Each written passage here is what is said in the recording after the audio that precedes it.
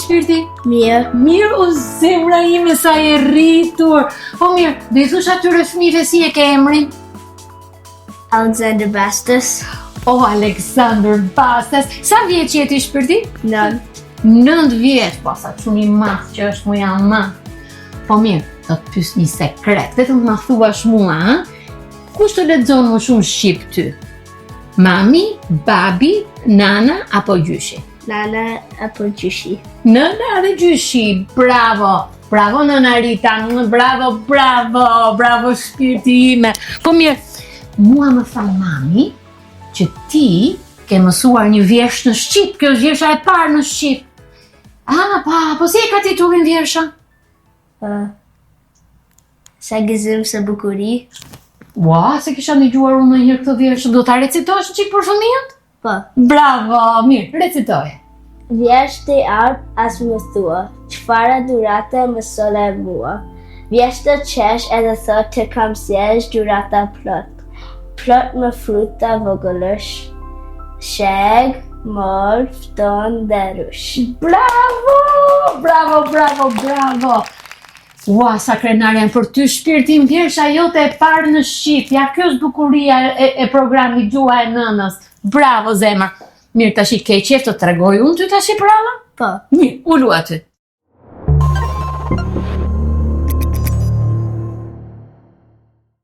Na ishte një herë, në një vend shumë të largët, jetonte një vajzë me babain e saj.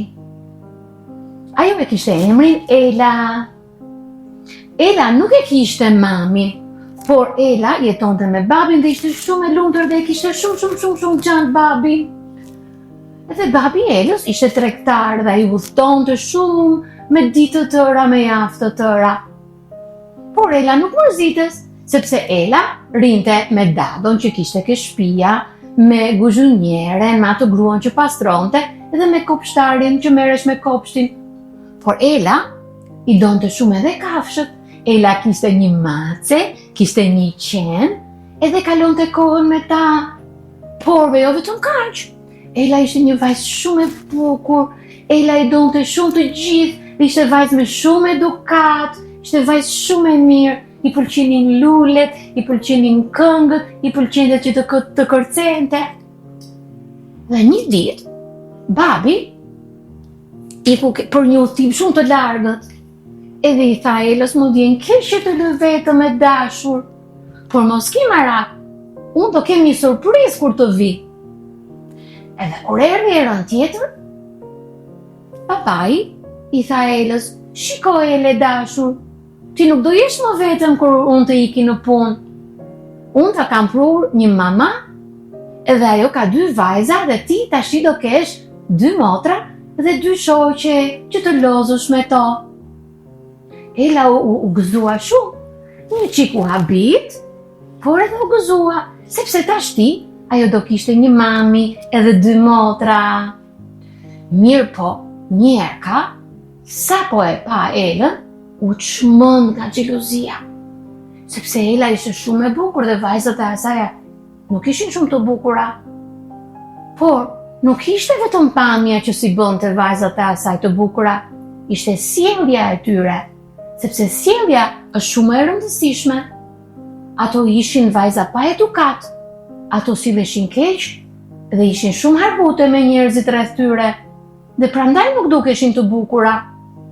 Por edhe ato u bën shumë xheloze për Elën, sepse babai i Elës e donte shumë e kishte shumë gjanë Elën. Kaluan vitet dhe një ditë, kur babai i Elës shkoi për udhtim, u vonua. Kur natën vonë, vjen një kalorës dhe i vjen derës bum bum bum bum, bum bum bum bum, natën. Edhe këto u trëmbën, shkum gjithë ke dera. Qa ka ndodhur, thanë? Më falë, tha kalorësi, kam një haber shumë të keq. Babai i Elës u vra, kishte një aksident me karrocë edhe vdiq. Ela u mërzit shumë, filloi të qante, sepse tash ti, ajo humbi edhe babin, mirë mami tash edhe babin, dhe ngeli vetëm me njerëkën. Njerë ka që bëri, e thiri e lën ke dhoma, edhe i tha, shiko këtu, prej këte e tutje, ti do je shërbëtore në shtëpinë tonë, sepse unë nuk kam më para të të mbaj ty, kështu që unë nuk do kemi më as muzhinjere dhe as njëri në shtëpi. Ti do t'i bësh të gjitha punët.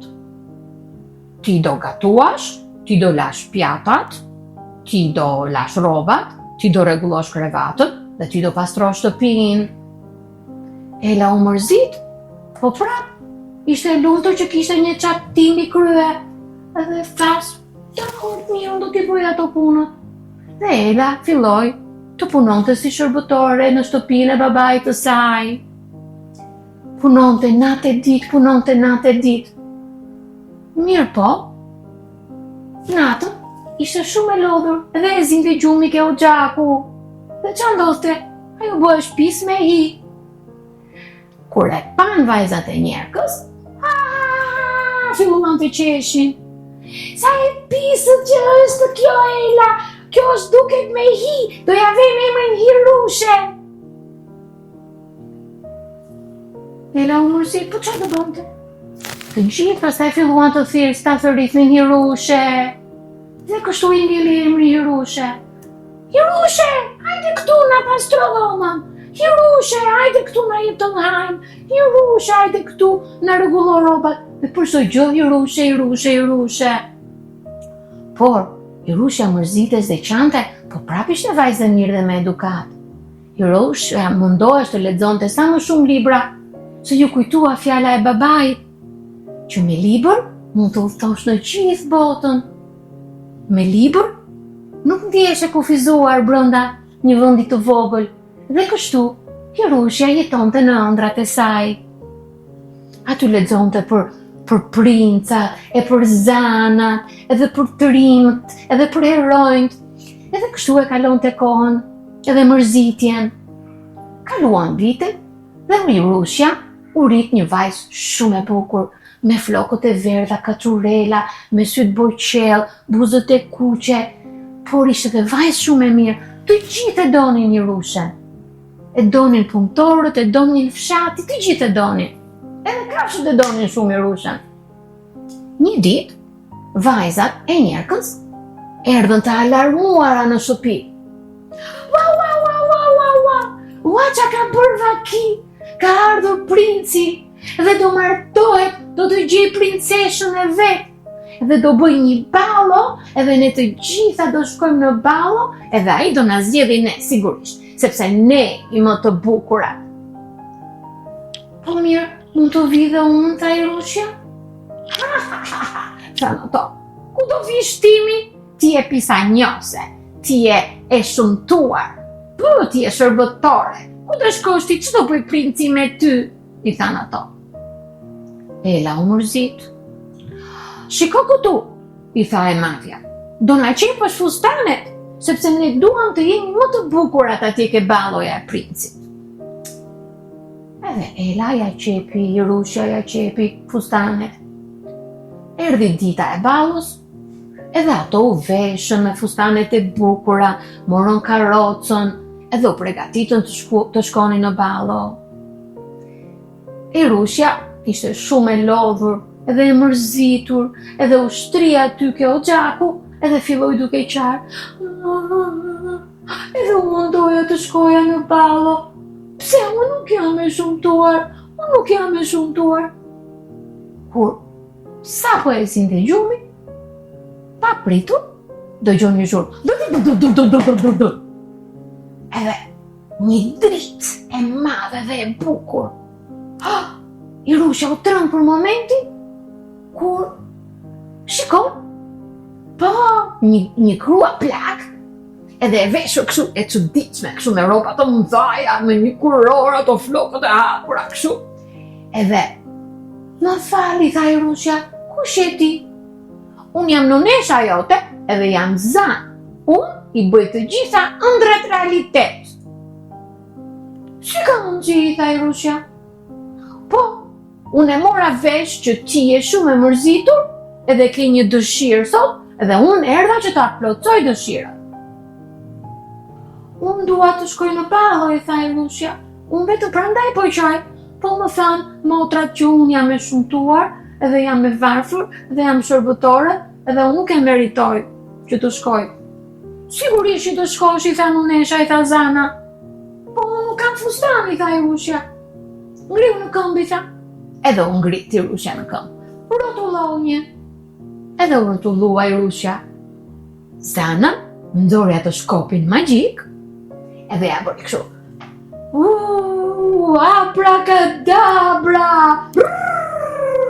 U rrotullua Irusha, edhe u shndërrua me një fustan të bukur, boqel, si sytë e asaj të kaltër, flokët ju bën kështu lart, me një kuror të bukur, edhe fustani ishte me tantella, me gjithë kristale. Ja pori Irusha. Ua, sa i bukur, as në përpërava unë nuk e kam parë një fustan kështu. Edhe pastaj, ngel. Çfarë ke, i tha Nunesha, i tha Zana, çfarë ke? Faleminderit, ta, po unë nuk kam këpucë, unë jam me këto nallanet e shumtuara dhe të palara. Ha, i tha Zana, pare të ullohu dhe njerë. Me shkopin magjik, abracadabra, puf! Në këmbët e Irushës, dolën 2 këpucë kristali. Sa të bukra të titëllonin. Ua, tha Irusha, sa të bukura, s'kam parë këpucë si këto. Po mirë, i tha Irusha, kështjella e princit është larë, me qa do iki unë? Ha, i tha Zana, mos ki marra këta se e regulloj unë, hajde të dalin për jashtë. Edhe, të morën të dalin për jashtë, po, si zakonisht, Eden edhe Irusha, e ndoq edhe Qeni, edhe Macja, edhe Mint, që ishin ke kuzhina me Irusha. Prap, Zana, abracadabra, puf! Mint u shndëruan në kuaj madhështor, shumë të bukur. Macja u bë shoqëruesja karrocës dhe Qeni u bë karrocieri. Edhe hyri, edhe pastaj tha, po karroca. Prit, ta Zana. Abracadabra. Edhe puf, kungulli u bë në karrocë të bukur. As mbreti nuk ishte karrocën aq të bukur. Edhe hypi Irusha, por i tha Zana, shiko tha, ti kënaqu atje, po me një kusht, që kur të bi ora 12, të bin kambanat, dang, 12, ti duhet ikësh me njëherë, se mbaron magjia dhe këto do shlerohen prapa ashtu si që ishin. Do premtoj, tha Irusha, unë do të mbaj premtimin. Edhe, unë nisëm për ke pallati mbretëror. Pallati ishte kaq bukur, gjigant, i madh, plot me chandaliere dhe me drita të bukura. Po kur hyri brenda ke salla, Irusha u maj qeps. S'kishte parë një mrekulli ashtu. Çdo gjë shkëlqente. Ua, edhe shikoj dyshement sepse pastronte në shkreka, dyshement pa të parën. Sa e pastër dhe sa e bukur ishte. Dhe njerëzit të veshur në ato fustanet e bukura. Dhe por sa hyri Irusha, ndaloi orkestra. Të gjithu ma gjepsën, kush është kjo vajzë e bukur, kush është kjo princesh, që nuk e njohim që se kemi parë asnjëherë. Princi e shikoi që të gjithë kishin ndaluar, edhe ktheu kokën. Kur pa Irushën, u ma gjeps. Edhe me njëherë ra në dashuri me bukurinë e saj. Edhe shkoi dhe i tha, "Oj vajza që unë nuk të njoh, do më japësh nderin të kërcejmë një valc bashkë?" "Po," i tha Irusha. Irusha ishte ala me sy të hapura se ishte e magjepsur nga bukuria. Edhe princi ishte shumë i bukur, shumë djalë i bukur, me kurorën i veshur bukur. Edhe sa po shkuan ato në mes të sallës, filloi muzika, filloi kërcimi dhe filluan të kërcenin. Mirë po, princi u habit që Hirushja, kjo vajza që ai nuk e njifte, ishte kaq e bukur, po dhe fliste aq bukur. I tha, a mund të dalim në balkon, tha, dhe të flasim të marrim në ajër të pastër? Po, i tha Hirushja, edhe dolën. Atje filluan të flisnin për shkollat, për librat, për mbretërinë, për njerëzit, dhe princi u manit se sa e dashur dhe sa e zgjuar ishte kjo vajzë që ai nuk e njihte. Mirë, po kështu, kaloi koha, vetëm kur dëgjoi Hirushja. Dang, dang. Tha, ora 12, unë dua të iki. Po nuk i tha gjë me gojë, vetëm kështu, duhet të iki, edhe me vrap. Ku do ikash i tha princi, unë s'o kam pyetur as për emrin. Me vrap Hirushja e kaloi sallën e ballos, e kaloi kopshtin, edhe kaloi ke shkallët e pallatit. Dhe princi e ndishte. Ndalo, i thoshte, vetëm këto dëgjonte Hirushja si po u largohesh. Mi po duke vrapuar, duke zbritur shkallën, i ngeci këmba, edhe i ra këpuca. U mundua, e ktheu kokën që të shikonte për këpucën, mi po s'kishte kohë, duhet i kthe. Edhe iku me vrap. Sa hyri në karrocë, edhe kaloi pak, puf, u shndërua. Karroca u bë kungull, karrocieri u bë shen, shoqëruesi u bë mace, edhe kuajt u bën prap minj. Edhe, sigurisht, Hirushja u bë prap me ato rrobat e vjetra. Dhe iku me vrap, se kishte frikë mos vinte njerëka, edhe i gjente për jashta, pastaj zgjohesh. Princi kishte ngelur ke shkalla me këpucën. Pa i kishte rënë keq në dashuri. Dhe shkoi me vrap ke baba i vet, ke mbreti, dhe i tha, baba, unë e gjeta princeshën që unë do martohem. Shqyr, tha mbreti, po me kë do martohesh? Unë do martohem me atë vajzën që ishte sot në ballon. Po mirë, i tha mbreti, si e kishte emrin ajo vajza që do martohesh ti? Nuk e di, tha princi. Si more nuk e di? Unë kam vetëm këpucën, i tha ai. Mirë, i tha mbreti, kam një ide. Ti më ka dhënë fjalën që do martohesh. Kështu që nesër do shpallin nga do në mbretëri që vajza që do jetë në gjendje të veshë këtë këpucë do martohet me ty. Zdeshi princi, tha po. Dhe kështu të nesërmen filluan të shkonin në çdo shtëpi të mbretërisë. Dhe në çdo shtëpi kërkonin të gjitha vajzat e shtëpisë që të provonin këpucën. Qa nuk ndodhi. Filluan vajzat duke shtrënguar këmbën që të ndynte këpuca, po nuk i nxente asnjëri këpuca. Më në fund, erdhi rradha që të vinin ke shtëpia e Hirushes. 2 motrat e Hirushes dolën. Do më zgjedhi mua. Po të vi dhe unë, tha Hirushja, ta provoj këpucën? Pse do vish ti të provosh këpucën? Ç'to bëj princi me ty? Ti nuk je vajzë se e meriton të martohesh me princin? Dakor. Atëherë, Hirushja shkoi prap në kuzhinë. E provuan këpucën, nuk e nxente sigurisht 2 motrave. Atëherë, shoqëruesi i princit tha, po kemi dhe ndonjë vajzë tjetër në shtëpi? Jo, nuk kemi, i thanë ato. Mirë po, kopshtari që ishte aty, i tha shoqëruesit, po, e kanë edhe një vajzë, ajo quhet Hirushja, edhe ri në kuzhinë. Atëherë shkoi princi dhe i tha, mua më keni gënjue, e mora vesh që keni dhe një vajzë tjetër. Jo, nuk kemi, i thanë ato. Shikoj, i tha princi, mos më gënjeni, sepse unë e di që keni dhe një vajzë që quhet Hirushja, edhe unë dua që ajo ta provoj këpucën. Erdhi Hirushja, po, sigurisht që dini dhe juve, ishte këpuca e saj. Sa e futi këmbën Hirushja, e zuri këpuca. Mbreti u mrekullua, e kapi për qafe, dhe i tha, që këte e tutje, ti do jesh princesha ime dhe unë nuk të le më të jetosh këtu. Dhe e mori me vete dhe kështu Irushja u bë princesh dhe jetuan të lumtur me të dashurin e saj. Kjo ishte përralla e parë. Të pëlqeu? Të pëlqeu përralla? Zemra ime.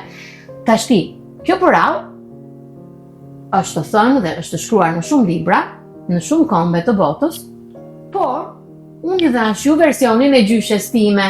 Jam e sigurt që kjo prallë ndryshon në çdo film, në çdo film muzikor, në çdo opera, në çdo libër, por gjyshja ime me siguri donte që unë të merja mësime nga kjo prallë dhe ma tregonte prallën si donte ajo. Por unë vërtet mësova nga pralla e Irushes. Tashti, disa fjalë të reja që mund të keni mësuar nga kjo prallë. Kungu është pumpkin. Mace është cat. Karoca është carriage.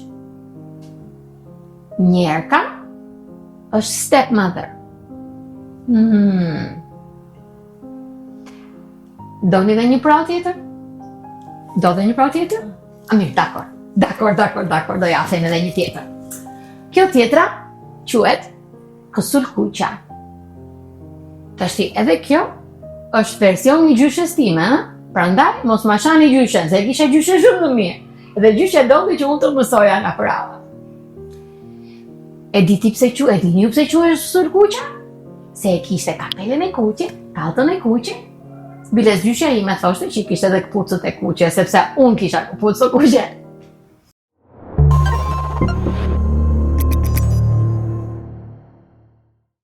Në një fshat jetonte një vajzë vogël që kishte emër Kësulkuqe. A jetonte me familjen e saj, me mamin dhe me babin. Kësulkuqa kishte edhe një gjyshe, po gjyshe jetonte larg për te pyllit. Që të shkoje ke shtëpia e gjyshes, duhet të kaloje pyllin. Kësulkuqa dhe mami i saj shkonin për ditë ke gjyshja. Mblidhin lule, këndonin, i çonin gjyshes ushqim dhe kënaqeshin me gjyshen. Një ditë, mami do ikte në punë dhe vjen një lajm që gjyshja ishte sëmur. Tashti Kësulkuqa u mërzit shumë. I tha do të ikim mami, do të ikim ke gjyshja, se unë jam shumë e mërzitur që gjyshja e sëmur. Shikoj, tha mami, të lutem, mos ik pa lejen e mamit. Kur do vi mami nga puna, do ikim bashkë ke gjyshja. Po çfarë bëri Kësulkuqa? Pa lejen e mamit, mori shportën, e mbushi me ushqime dhe u nis të shkonte ke gjyshja. Duke kaluar rrugës, arriti ke pylli. Por aty ishte një ujk i madh. Ujku sa e pata. O, sa ushqim i mirë për mua, do të ta haju këtë vajzën. Edhe ju afrua. O vajz, ku po shko? Unë po iki ke gjyshja ta Kësulkuqa. Ku e ka shpinë gjyshja jote? Atje ke fundi i pyllit. Po gjyshja ime është sëmur, edhe unë do t'i soj ushqim gjyshes, edhe dua që ta pudh gjyshen. Ose nanën, Sander. Edhe, mirë po, Kësulkuqa u habit nga lulet. Këndonte, kërcente, mblidhte lulet, që t'i çonte gjyshes, edhe kaloi koha. Në këtë kohë, ujku iku me vrap, e gjeti shtëpinë e gjyshes. Edhe i ra derës. Tak. Kush është? Tha gjyshja. Jam unë Kësulkuqa, tha ujku. Hajde zemër, hajde, tha gjyshja. Edhe hyri ujku. Gjyshja sa e pa u trëmbe shkreta, po nuk rrëviste dot, ishte sëmur. Dhe ujku e hëngri gjyshen. E futi ke barku. Edhe çfarë bëri pastaj? U vesh si gjyshja edhe u shtrike krevati. Sulkuqa, më në fund arriti ke shtëpia e gjyshes. Edhe i ra derës, tuk. O gjyshe, hape jam unë Sulkuqa. Hape derën, hape, së është hapur, tha ujku. Hyri Sulkuqa, mirë po ju duk ndryshe gjyshja. Tha, o gjyshe, pse I ke sytë aq të mëdhaja? Që të shikoj ty, tha ujku. O gjyshe, po pse I ke veshët aq të mëdhaja? Që të dëgjoj ty, I tha ujku. O gjyshe, I tha Sulkuqa, pse ke gojën aq të madhe? Që të haj ty, tha ujku dhe edhe hëngri. E hëngri Sulkuqe, po tashi. Mirë po mami ishte kthyer nga puna, edhe pa që s'ishte Sulkuqa ke shtëpia, edhe e kuptoi që Sulkuqa ka ikur te gjyshja pa lejen e mamit. Edhe mori një gjuetar se e dinte që aty ishte një ujk shumë I keq. Edhe mori gjuetarin, edhe shkuan me vrap, e kaluan pyllin, edhe shkuan ke shtëpia e gjyshes. Sa hyri brenda, gjuetari nxori pushkën, edhe pum, e vra ujkun, ja hapi barkun, edhe doli gjyshja dhe Sulkuqa. Edhe u përqafuan, edhe Sulkuqa e kuptoi gabimin. Sulkuqa filloi duke qaf, edhe I tha mamit, më fal mami, se unë nuk të dëgjova ty. Në rast të parë, unë nuk duhet të ikja jashtë pa lejen e mamit, nuk duhet të flisja me dy kjo që unë nuk e njihja, edhe nuk duhet I tregoja shtëpinë e gjyshes atij njeriu që unë nuk e njihja. Edhe kështu, Sulkuqa e kuptoi gabimin dhe mami e fali dhe asnjëherë nuk e bëri më atë gabim Sulkuqa. Të pëlqeu? O zemra ime! Shpresoj të keni mësuar dhe këtu ca fjalë. Ujku është wolf. Gjyshja po e din të gjithë, edhe nana është grandmother. Shtëpia është house. Pylli është forest. Gjuetari është hunter. Shpresoj të jeni të kënaqur fëmijë të dashur.